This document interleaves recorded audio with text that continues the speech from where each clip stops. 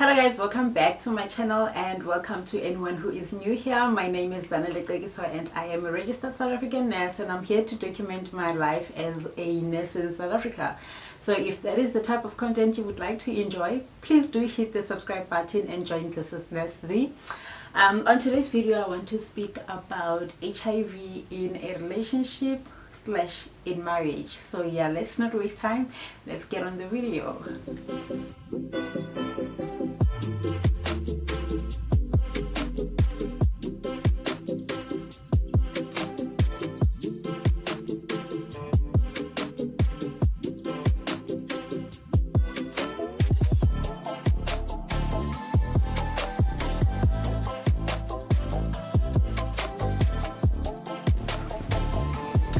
Okay, so some may know, some may not know that I am actually an HIV nurse. I have been working with HIV for 5 years now, and at my current job I am focused solely on HIV prevention services only. And the first thing that we think about after we've tested or after we've received our results and we are being told that we are HIV positive, the first thing that worries us the most is actually our sexual partners. For instance, if I was to test positive right now, the first person that would come into mind that I need to disclose to, it would be my partner. And it is very stressful and it is very difficult to disclose to partners, and it's one of the reasons I did a video on how to disclose to your partner, because disclosing to partners, it's really not as simple as it would be if you were to disclose to your friends or to your family members if you have good family members. Disclosing to a partner, you are expecting feelings of blame. Sometimes either you are blaming the partner or the partner will blame you for making them sick. Often I like telling my clients that being HIV positive doesn't mean you are sick. Being HIV positive, it means you are living with a virus, or you have a virus on your system that has a potential of making you sick if you do not take your medication to control it. So yeah, there will be blames of you made me sick or who came with the virus in the relationship. So I want to talk about what needs to happen after you've tested positive, or after your partner, or after you find out that your partner tested positive. What really needs to happen? I have people gravitating towards me, people in relationships gravitating towards me to want someone else's opinion or perspective of how to handle a situation like that. I often advise people to immediately disclose to your partner. Not that you owe them to or you are forced to do it, but it is the right thing to do. Nobody's gonna put a gun on your head and say, hey, do it. But it is the right thing to do, to disclose as soon as possible. That's why I said on my previous video, if you cannot do it at the comfort of your own house, then visit your nearest clinic. Often when you go to these private institutions like your general practitioners where you do HIV tests, you don't even get to undergo pre and post test counseling. And it's something I've realized from having conversations with different people who had done these tests in private institutions. People don't get to be cancelled, and it will always be one of the reasons I refer clients to the public health system. I know it is said to be of bad reputation and have nurses who are rude and mean and counselors, but one thing I love about the public health system is the fact that we are following protocols, we are following guidelines that are issued by the National Department of Health. You can never get into a health institution, a public health institution, and a counselor just pricks your hand or just swabs your gums and gives you results without wanting to find out how you're gonna feel after you've received your results. What results are you expecting to get after getting a pre-counseling and a post-counseling? And I always like saying that counseling is an ongoing process. It's not something that you only have to receive on the day you are doing the test and then it's over. I think that is where the mistake is with our health system and health practitioners. We only do counseling on the day the person person comes for the test, and when the results are out, we don't continuously check up on our clients and have conversations with them. And I think it is the same reason that people like myself, people who have given themselves to the world to be used by the world, they get inboxes and they get DMs from different platforms of people wanting to speak to strangers. And I believe that nurses and counselors and doctors, we are those strangers. We're supposed to be those strangers. Our clients, when they get in our consulting rooms, they're supposed to speak with us freely like they do when they inbox us on Twitter, on Instagram, on Facebook, and even on emails. I want to talk about how we should rather handle situations when you find out that your partner is HIV positive or you are HIV positive. If you are HIV positive, like I said, I'd advise you to disclose to your partner as soon as possible, and also advise your partner to go and test. Before there could be a blame game, which is something that I'm often against. The blame game really doesn't take out the virus in the relationship, and it doesn't change the status of your partner, nor will it change your status. Often people ask me this question: Z, should I stay? This person made me sick. Should I stay in this relationship? Personally, I don't think HIV should ever be the reason you are walking away from someone that loves you and someone whom you love.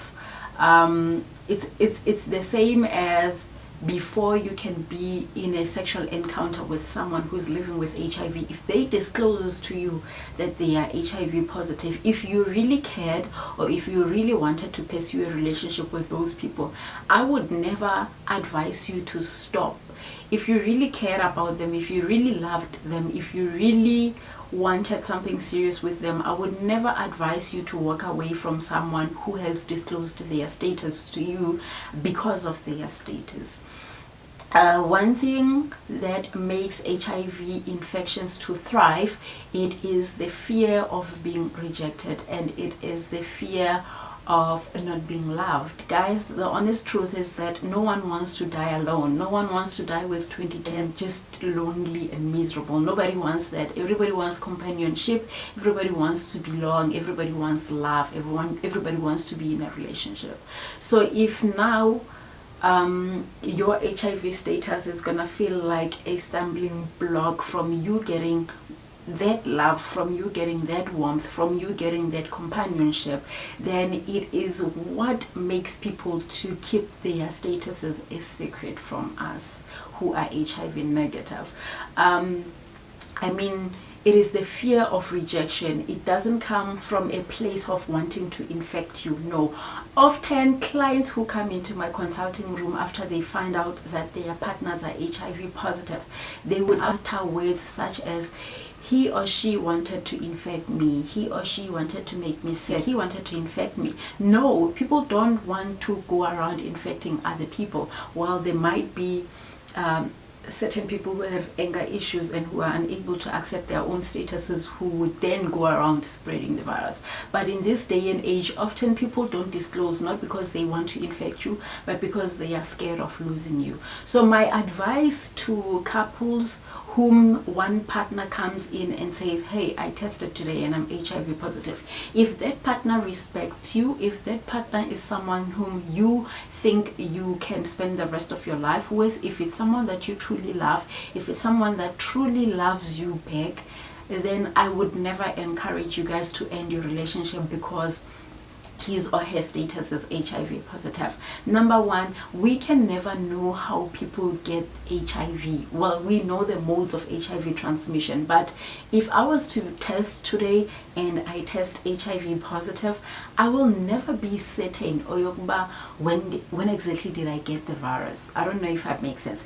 Like, I know who I sleep with and I know who I don't sleep with. I know what I do and what I don't do. But if I was to test HIV positive today, I wouldn't be certain when did I get the virus and who gave it to me. So it is one of the reasons I never encourage people, or rather I discourage people from playing the blame game, because if who brought it or how you got it, it's really not gonna take it away. That's something I like emphasizing. let us not try to focus on how and where and who gave us HIV, but let us focus on the fact that it is here now, and we need to modify our lives to make sure that we conquer. So even the blame game, it's something that I don't encourage. It's something that I often discourage, because it is one other thing that plays its role in people not wanting to disclose. I mean, if I become HIV positive right now, the first thing that I think about when it comes to disclosing to my partner is, oh my goodness, he's gonna ask me, where did I get it, how did I get it, and he's gonna say I'm the one who made him sick. And for us as nurses, we can also get HIV at our own workplaces without even seeing it. Just the other day, I had a cut here, and I only felt it when I was applying sanitizer. I don't know what cut me. I don't know when did it happen. I only felt it when I was applying sanitizer on my hand, and I was like, oh my goodness, I have a cut. That cut could be an opportunity for an entry of HIV. And imagine now if I were to test positive today and I go to my partner, I disclose, and he would want to know, how did I get it, and he would want to leave me because of my status, only to find out that I got it in my own workplace. So do we really have to be left because of our HIV statuses? Should people leave us not because of our mischievous ways, or not because we disrespect them, not because they didn't want to spend the rest of their lives with us, not because they didn't have plans of the future with us, but because of our HIV status? I honestly believe that HIV infection are thriving because of the fact that we are still rejecting people because of their HIV status. If someone is HIV positive and they get in a relationship with you, and before they even engage in any form of sexual intercourse with you, they disclose their status and you retract your proposal to them, that to me says then you are stigmatizing people who are living with HIV. If you find yourself proposing someone and the moment they disclose their status to you, you retract your proposal, then it means that you are still falling under the people that are stigmatizing HIV. Stigma does not only apply to how you don't want to sit or talk or chill with someone who is HIV positive, but even people who don't want to be in relationships with people who are HIV positive, those people are stigmatizing HIV. If you can be in a relationship with someone who is diabetic, hypertensive, asthmatic, even epileptic, and not have an issue with it, then what is the difference with people who are living with HIV? I once made an example to this particular client that came to me. She told me that the boyfriend is HIV positive, so she wanted to leave the boyfriend. The boyfriend was such a good person who was dedicated to their relationship. How the boyfriend got the HIV virus, we don't know, and I was not interested in finding out. It didn't matter. What mattered is that he had the virus.